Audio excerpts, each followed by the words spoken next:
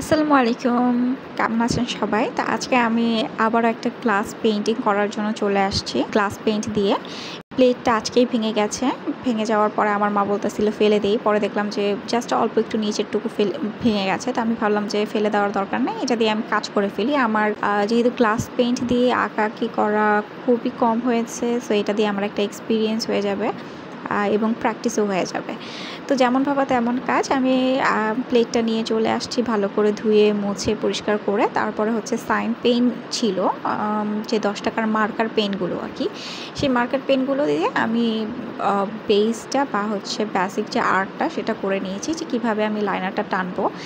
আর যারা হচ্ছে মেহেদি দিতে পারেন তারা কিন্তু এই লাইনারটা দিয়ে খুব সুন্দর করে ড্র করে নিতে পারবেন। তাদের জন্য আর কি সহজ হবে। এটা কিন্তু মেহেদির প্যাকেটের মতো অতটা নরম না, বেশ শক্ত। কিন্তু যারা মোটামুটি ভালো মেহেদি পড়াতে পারেন তারা খুব সুন্দর করে এঁকে নিতে পারবেন।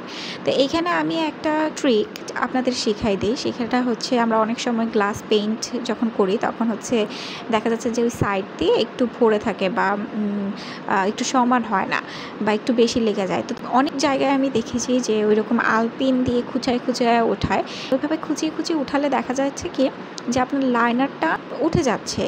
হ্যাঁ, লাইনারটা উঠে যাচ্ছে, সারফেসটা কিন্তু সমান হচ্ছে না বা লাইনারটা কিন্তু সমান হয়ে যাচ্ছে না, সাইড থেকে উঠে যাচ্ছে। তো ওইখানে একটা ট্রিক খাটিয়েছি, সেটা হচ্ছে এই যে হাতে আমার ন্যাকড়া দেখছেন, এইটা কিন্তু একটা নরম কাপড়, কি নরম একটা কাপড়।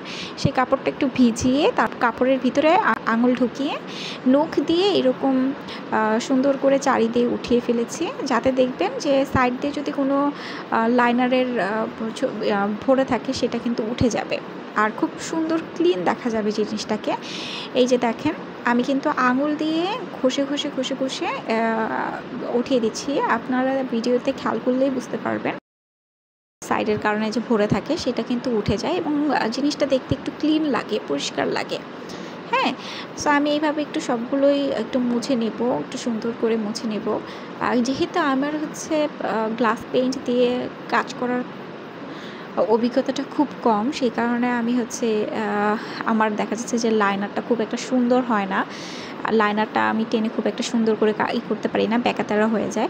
তো যাই হোক, এখানে আমার লাইনারটা কিন্তু 10 মিনিটে শুকিয়ে গেছে। আপনারা কিন্তু লাইনারটা টানার পরে আর মানে 10 মিনিট ওইভাবে রেখে দেবেন। 10 মিনিট পরে যা কাজ করার, শুকোনোর পরে আর কি কাজ করবেন। সো আমার এখানে 10 মিনিটেই শুকিয়ে গেছে লাইনারটা। এরপর আমি হচ্ছে এখানে কালার অ্যাপ্লাই করে দেবো। এখানে আমি হচ্ছে যেহেতু পদ্ম ফুল এঁকেছি, সো এই পদ্ম ফুলে আমি হচ্ছে পিঙ্ক কালারটা ব্যবহার করব এবং পিঙ্ক কালারটাকে হালকা করার জন্য এখানে আমি কিন্তু এক ফোঁটা সাদা কালারেও অ্যাপ্লাই করেছি, যাতে আমার পিঙ্ক কালারটা হালকা হয়। গ্লাস পেইন্টের ক্ষেত্রে একটা ব্যাপার কি, সেটা যদি আপনারা রঙটাকে একটু হালকা করতে চান তাহলে আপনারা সেখানে একটু হোয়াইট কালারটা অ্যাপ্লাই করবেন। কিন্তু আপনারা যদি শুধু হোয়াইট কালারটা হোয়াইট বেসের উপরে বা হোয়াইট কোনো সিরামিকের উপরে অ্যাপ্লাই করেন বা যে কোনো কাজে অ্যাপ্লাই করেন, শুকোনোর পরে কিন্তু সেটা আর মানে বোঝা যাবে না যে এটা কোনো কালার হয়েছে। হ্যাঁ, সো আপনারা কালারটাকে, যে কোনো কালারটাকে হালকা করার জন্য কিন্তু সাদা কালারটা অ্যাপ্লাই করতে পারেন। আর এইখানে আমি হচ্ছে পিঙ্ক কালার সাদা কালারটা অ্যাপ্লাই করে নিয়েছি উপরের দিকে। আর নিচের দিকে যে এখানে আমি রেড কালার অ্যাপ্লাই করে নেব। এই যে এইখানে আমি একটু ডার্ক রেড কালার অ্যাপ্লাই করে নেব, যাতে আমার পদ্ম ফুলের নিচের মানে ভালো আসে আর কি। এখানে যে কোনো শেডিং নাই, পিঙ্কের ওইখানে আমি হচ্ছে একটু শেডিং করেছি হোয়াইট এবং হচ্ছে পিঙ্ক অ্যাপ্লাই করে। আর মাঝখানে আমি একটু অরেঞ্জ এবং ইয়েলোর কম্বিনেশনে রেখেছি। আর এই যে পদ্ম ফুলের পাতাটা, সেইখানে আমি হচ্ছে একটু ব্ল্যাকটা কম রেখেছি এবং হচ্ছে গ্রিন কালারটা বেশি রেখেছি। আর মাঝখানে আপনারা দেখতেই পেরেছেন যে আমি একটু শেডিংয়ের জন্য হচ্ছে হোয়াইট ব্যবহার করেছি বা রঙটাকে হালকা করার জন্য। আর এই যে নিচের দিক দিয়ে যে আপনারা দেখছেন গাঢ়, এই গাঢ় হওয়ার কারণে হচ্ছে এখানে আমি একটু ব্ল্যাকটা বেশি অ্যাপ্লাই করেছি আর হচ্ছে গ্রিনটা একটু কম অ্যাপ্লাই করেছি। মানে ব্ল্যাক এবং গ্রিন দুটো সমান পরিমাণে অ্যাপ্লাই করার কারণে আমার কিন্তু এইরকম একটা ডার্ক একটা কালার আসছে। আর আপনারা কিন্তু চেষ্টা করবেন এই কালারটা দিয়ে খুব তাড়াতাড়ি কাজ করার, কারণ এই কালারটা খুব তাড়াতাড়ি শুকায় যায়, ভীষণই তাড়াতাড়ি শুকিয়ে যায় এই কালারগুলো।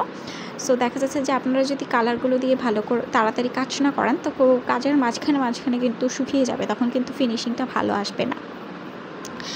আর চেষ্টা করবেন একটু টাইম দিয়ে করার। তো এইখানে কিন্তু আমার কাজটা সম্পূর্ণ হয়ে গেছে। আমি ভাবছিলাম যে উপরে কি করব, আমার কাছে কোনো গোল্ডেন কালারের লাইনার ছিল না, সেটা দিয়ে করলে হয়তো আরও ভালো লাগতো। তা আমার কাছে কোনো কিছু ছিল না বলে আমি এই মাঝখান দিয়ে হচ্ছে ব্লু কালার বা স্কাই কালারের হচ্ছে ড্রপ দিয়ে দিয়েছি, যাতে একটু পানি লাগে বা পানির ড্রপের মতো লাগে।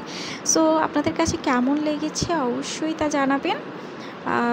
এইটা কেমন লাগলো, এই গ্লাস পেইন্ট দিয়ে পদ্ম ফুলের ডিজাইনটা আপনাদের কাছে কেমন লেগেছে অবশ্যই তা জানাবেন। ভালো লাগলে অবশ্যই কমেন্টে বলবেন এবং লাইক, কমেন্ট অ্যান্ড শেয়ার করবেন। ধন্যবাদ সবাইকে। আল্লাহ হাফেজ।